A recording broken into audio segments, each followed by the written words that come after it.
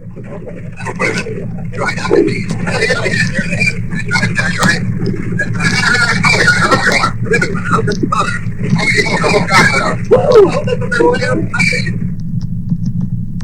us review briefly the action which you have just heard. 6 torpedoes were fired from the bow tubes at the first battleship. The captain then ordered full right rudder, and 3 stern torpedoes were fired at the second battleship. 3 hits were made on the first target, and at least 1 on the second. In the meantime, the bridge quartermaster had reported that he could make out a high superstructure on target number 1 that looked like the pagoda build of a Jap battleship. The OOD reported that he could distinguish the outline of the nearest cruiser on the port quarter. Both also observed the explosion resulting from the torpedo hits. After firing both bow and stern tubes, the Sealion opened the range and continued to track the various ships of the task force. When the range had increased to about 5,000 yards, the DPI indicated that one of the escort vessels was opening rapidly to the east of the target group, and a long series of depth-charge explosions was heard. Apparently, the escort had mistakenly figured that the attack had come from the east. They're on the depth charges now.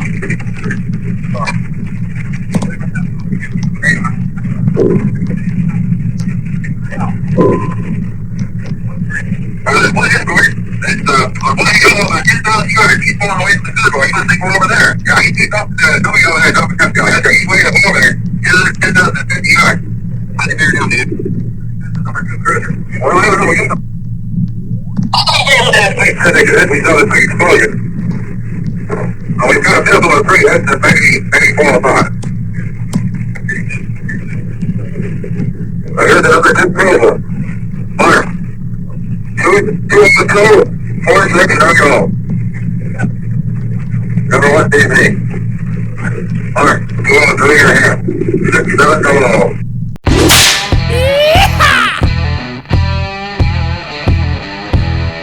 The annals of naval combat furnish only 5 examples of a battleship being sunk by a submarine.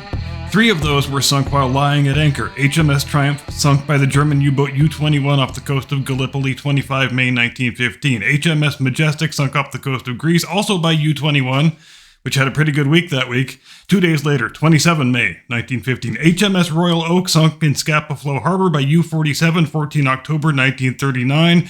And all 3 of those were auspicious achievements by the Germans, make no mistake. A submarine sinking a battleship is an improbable thing, even when the battleship is a stationary target, but it's orders of magnitude more difficult and more improbable for a submarine to sink a battleship that's at sea and underway, and that's why it's only ever happened twice. HMS Barham, sunk off Egypt by U-331, 24 November 1941. If you're sensing a theme so far, it's that sinkings of battleships by submarines are always British ships being sunk by German U-boats. And that's true, with one lone exception. And the exception happened exactly 81 years ago today, Tuesday, 21 November 1944, in the Formosa Strait, when the Belau-class submarine USS Sealion, under the command of Lieutenant Commander Eli Thomas Reich, scored 2 torpedo hits on the Japanese battleship Congo when she was underway and cruising at nearly full speed, and sent her to the bottom with the loss of over 1,200 of her officers and men. And while she was at it, she took down a destroyer, for good measure. The story of history's greatest single tactical achievement by a United States submarine is the story we're telling today. It's Friday the 21st of November. This is Curmudgeon's Corner.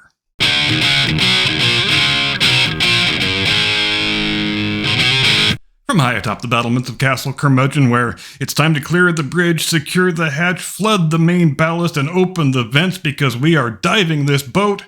Good afternoon, Mr. and Mrs. America, and all ships at sea. Welcome to Curmudgeon's Corner. Let's talk about USS Sealion.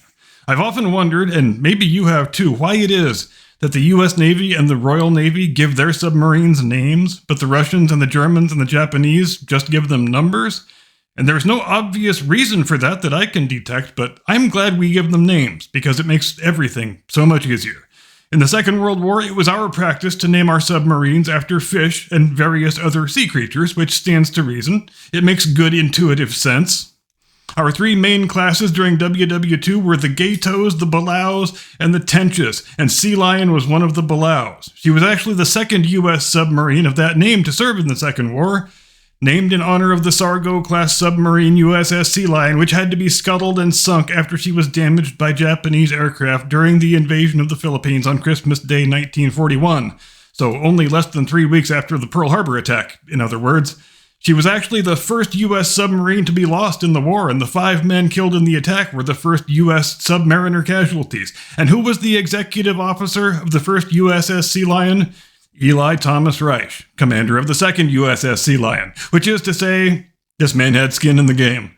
He wasn't just out to serve his country and do his duty, he was out to avenge his fallen shipmates. The Below-class submarine is 311 feet 6 inches in length, 27 feet 3 inches in beam, 16 feet 10 inches in draft, displaces 1,526 tons on the surface, around 2,400 tons submerged. Her 4 9-cylinder General Motors diesel engines produce 5,400 horsepower running on the surface with a top speed of 20.25 knots, and her 4 electric motors produce 2,740 horsepower with a top speed of 8.75 knots while submerged. Her range is 11,000 nautical miles. She can remain submerged for 48 hours if needs be, and she can patrol a maximum of 75 days without resupply and refueling. Her crush depth is 400 feet. Her crew complement is 10 officers, 70 men. She fields 10 21-inch torpedo tubes, 6 forward, 4 aft, and carries a maximum load of 24 torpedoes to fire out of them. Additionally, she carries a 5-inch 25 caliber deck gun along with 2 cannons, 1 Bofors 40mm, 1 Oerlikon 20. Sealion and the other 13 vessels in the Below class is still a very new boat. In November of 44, she's launched at the end of October 43. She only enters commission in March, so she's only about 10 months into her operational life at the time our story takes place.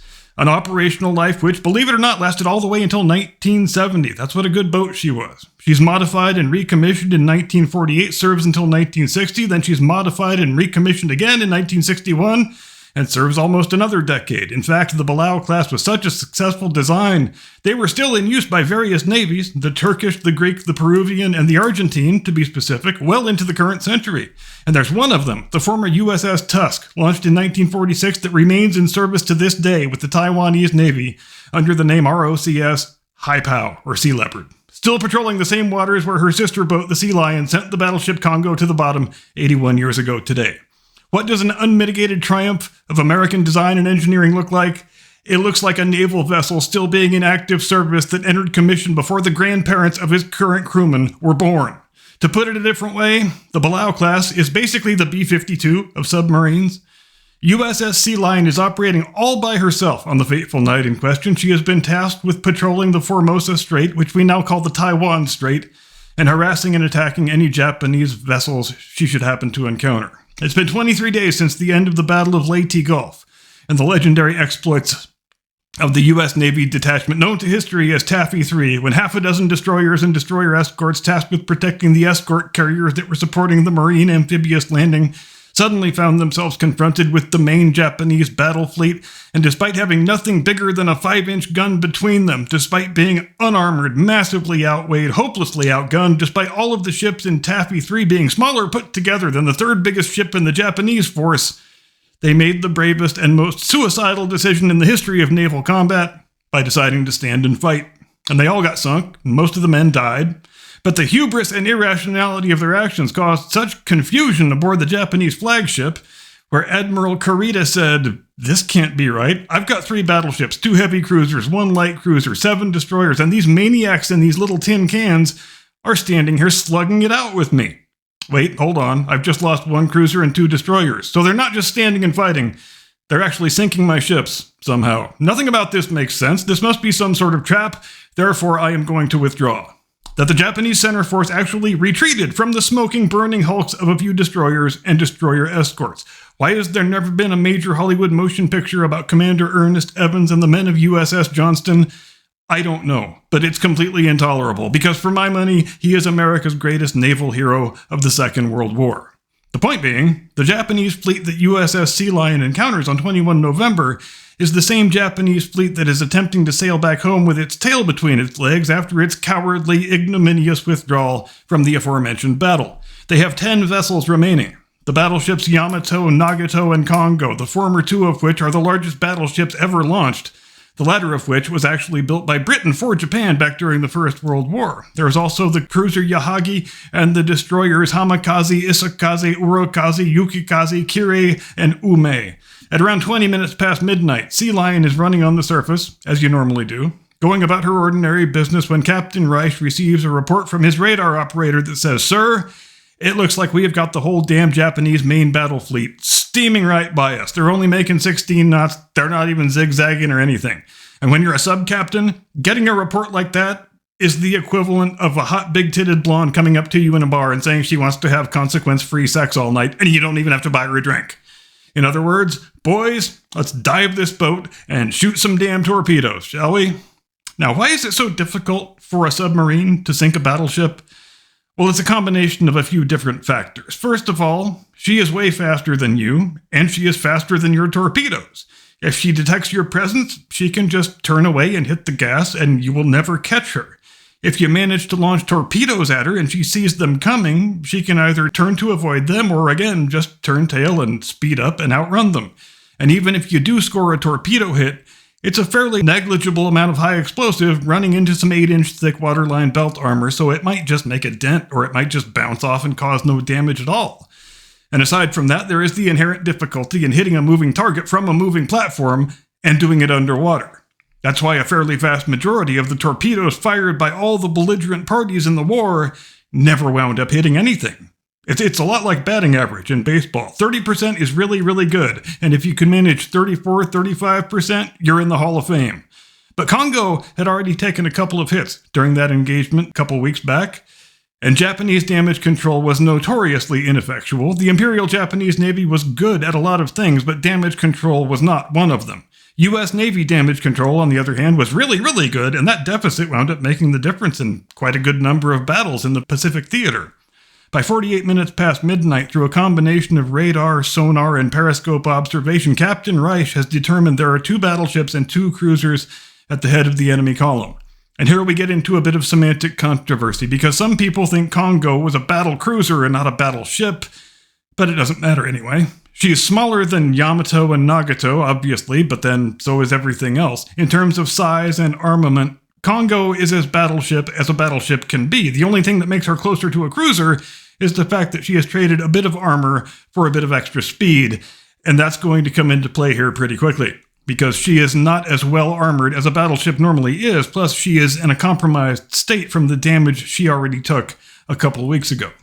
Captain Reich decides to aim his first spread of torpedoes at the Congo, since she is the second ship in the column, the thinking being that if I miss the ship I'm actually targeting, I might still hit the one ahead or the one behind. Sealion is in a favorable position. She's running ahead of the enemy fleet and at an angle where she can wait and observe for as long as she needs to, until she has an ideal firing solution. And most importantly, there's still no indication that the Japanese have detected her presence. So it's not until almost 2.5 hours after he received that first radar report at 02:46 that Reich decides to turn into a firing posture and take the shot. He orders the tubes flooded fore and aft, and at 02:56 he fires a spread of 6 torpedoes at Congo.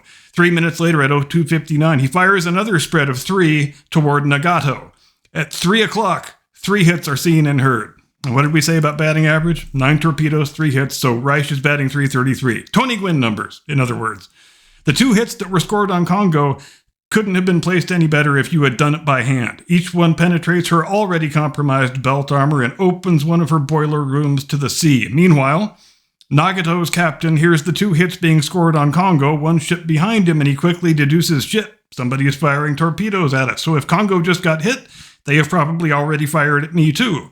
So he orders an evasive turn and manages to miss the second spread. So we've got 9 torpedoes fired, 3 hits observed, but Congo has only been hit twice. What the hell did the other one hit? Say hello to the destroyer Urakazi, which just got struck directly in the powder magazine by one of the torpedoes that Nagato successfully evaded. She gets blown straight to Kingdom Come and goes down with all hands. Meanwhile, Japanese damage control procedures are still just as shitty as they've always been. Congo's boiler rooms are completely flooded. She has developed a rather severe list to the port side, and fires are burning uncontrollably that are starting to get uncomfortably close to her magazine. But aboard Sealion, they don't realize they have struck a fatal blow. They think they have just dented Congo's belt armor. They don't know she was already in a weakened state from the events of Leyte Gulf. So now Captain Reich is trying to maneuver himself into position to fire another spread, even though the job is already done and he doesn't really need to. And he also needs to evade detection by the enemy destroyers, who are now alerted to the fact that there is a submarine in the area firing torpedoes at their capital ships, and they are frantically searching to find where that submarine is. At 0450, the Japanese fleet splits into two groups and Sealion decides to stick with the slower group, which contains Congo, so Captain Reich now knows he has damaged her sufficiently to cause her to reduce speed, but he still thinks he needs to strike an additional blow in order to finish the job. But he doesn't, as it turns out, and at 0524, matters become academic, when the uncontrolled fire, helped along by the congenital incompetence of Imperial Navy damage control, reaches Congo's magazines, and she explodes in a frightful blaze of glory, disappearing beneath the waves within a matter of moments. How good of a night did USS Sealion have on 21 November 1944? Well, let's look at the scoreboard. 9 torpedoes fired, 33% hit rate, a battleship and a destroyer sent to the bottom. Pound for pound, basically the best day a submarine ever had.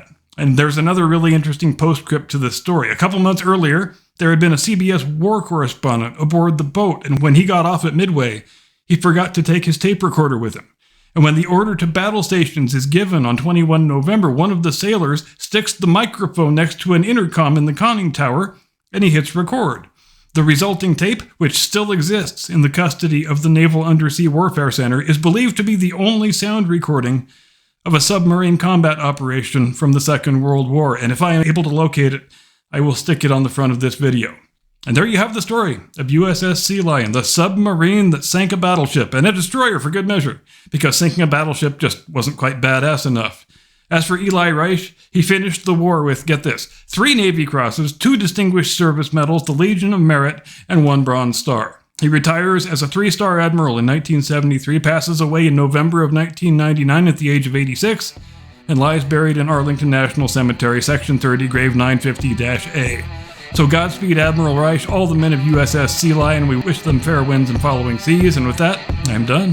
That's all I've got. Thanks very much indeed for watching. Do feel free to like and subscribe and drop a few coins in the hat if you are so inclined. Have a great day and a pleasant tomorrow. See you next time. Get off my lawn.